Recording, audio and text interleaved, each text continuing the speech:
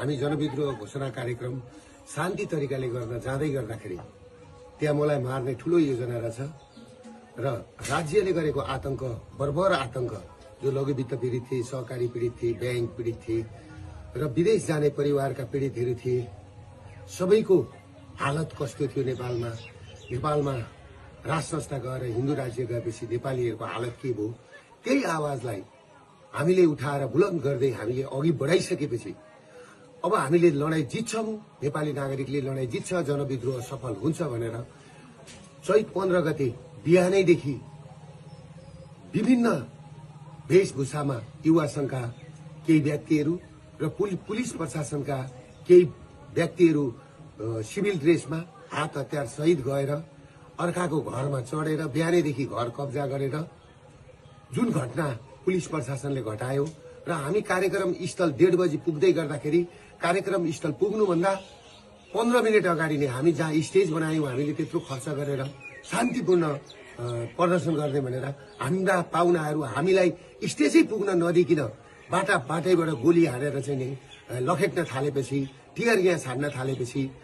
त्यस पछाडि हामी अघि बढ्नु पर्यो। बाजुपन सम्बन्धी कुनै पनि समस्या समाधानका लागि सम्झनुहोस् हार्दिक IVF and fertility centre, Sinamangal, Kathmandu. म किन अघि बढेको भने सम्पूर्ण प्रहरी जवानलाई लागेको होला, म प्रहरीलाई जति माया गर्ने मान्छे म कोही छैन र दिन दुखीलाई माया गर्ने मान्छे म जतिको कोही छैन।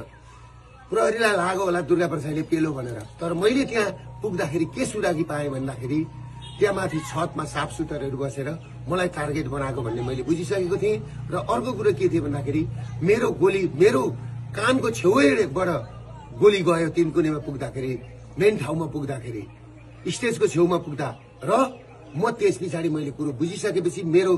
कानको छेउबाट गोली पनि गयो। फेरि अर्को कुरा के भन्दाखेरि तपाईहरुको मेरै गाडीमा आएर टियर ग्यास खसिसकेपछि त्यस पछाडि म उत्रेर मेरो ड्राइभरलाई निकालेर म आफै गाडी चलाएर यिनीहरूले मलाई मार्दै रहेछन् र यिनीहरूले मलाई कि त थुन्नु पर्यो, गुन्जालो जो पेरुको गुन्जालो बनाउने, या त बनाएर मलाई कि त थुन्नु पर्यो कि त मार्ने षड्यन्त्र गरेको मैले बुझिसकेपछि मेरो अन्त काहीँ उपाय नभएर म पुलिसको ब्यारिकेड तोडेर सुरक्षित स्तरतिर म पुगेको थिएँ र म पुगेको हुँ र मैले पुलिसलाई चित्त दुखाउने काम मैले गरेको छैन। आम सर्वसाधारणलाई म के भन्छु भने तपाईहरुले देख्नु भएको छ राज्य आतंक कसरी अघि बढिरहेछ। किनभने माओवादीको उसमा चाहिँ 3000 जति मान्छे आए अनि मान्छे आएनन् भनेर हाम्रा मान्छे बढी हुन्छन्। काठमाडौँमा हाम्रो त्यो दिन मान्छे 5 लाख मान्छे उत्रिदै थिए। हाम्रो पलङ्कीको मास आउन दिएन, हाम्रो गौशालाको मास आउन दिएन, हाम्रो बसपाको मास आउन दिएन। सबै जुलुसलाई बाटोमै रोकेर